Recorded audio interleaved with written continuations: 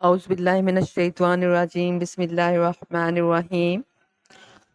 معزز سامعین السلام علیکم۔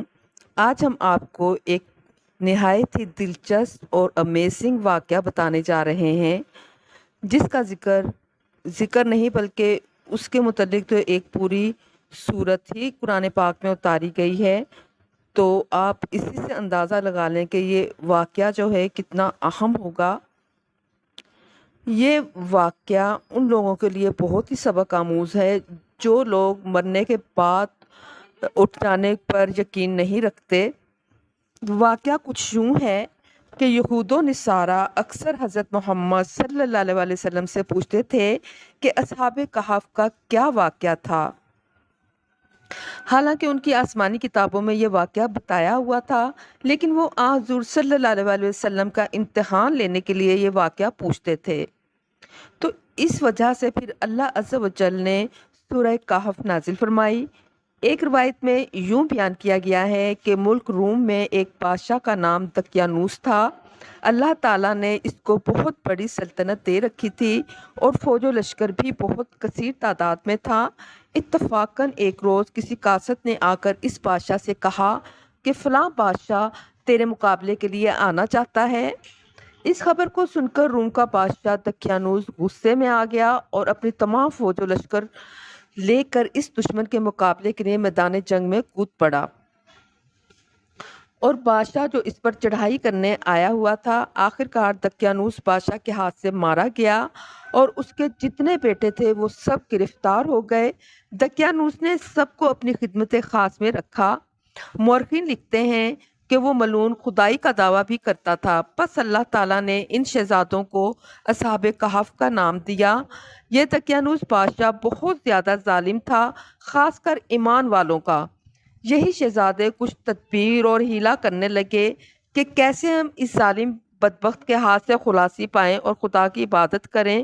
ایک رات سب بھائیوں نے اکٹھے ہو کر آپس میں مشورہ کیا کہ ملعون ہم کو ہر روز ستاتا ہے اور خدا ہونے کا دعویٰ کرتا ہے اور سب سے اپنے آگے سجدہ کرواتا ہے۔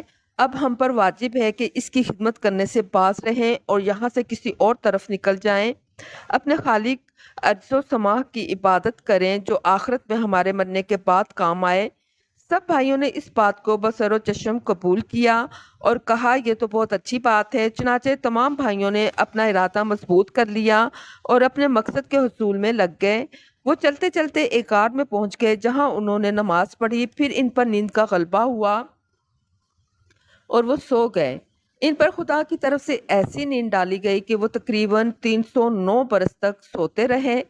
ترجمہ ہے، اسی طرح ان کو جگا دیا ہم نے۔ پھر وہ آپس میں پوچھنے لگے، ایک بولا کتنی دیر سوتے رہے ہیں ہم؟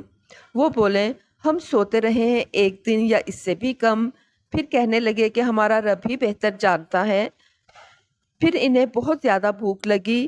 ان میں سے ایک کو ایک سکہ دے کر کھانا لانے کے لیے بھیجا۔ جب وہ کھانے والے کی دکان پر پہنچا تو منظر ہی بدلا ہوا تھا، نہ پہلے جیسے لوگ تھے نہ پہلے جیسا ماحول تھا۔ اس نے سکہ دے کر کھانا خریدنا چاہا تو دکاندار نے کہا یہ سکہ تو بہت پرانا ہے، تمہیں کہاں سے ملا؟ پھر دکاندار نے شاہی سپاہی بلوا کر اس کو بادشاہ کے پاس پہنچا دیا۔